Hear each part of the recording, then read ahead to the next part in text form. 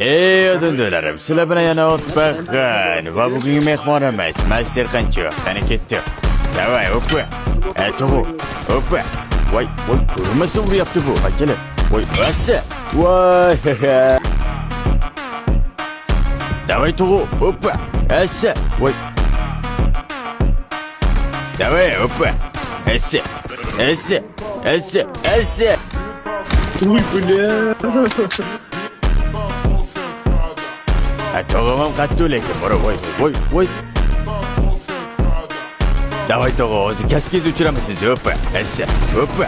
Voy. Shaytonlayapti akalar. Shaytonlayapti. Voy. O'zi bor o'g'il, men kaskalada trenirovka qilaman, bilasizlarmi hamnaqa. Voy, buni qaranglar. Qaranglar, o'zi hamnaqa urushni menga Shaolin ustozim o'rgatgan. Xitoylik bratan bilan soqoli ham bor,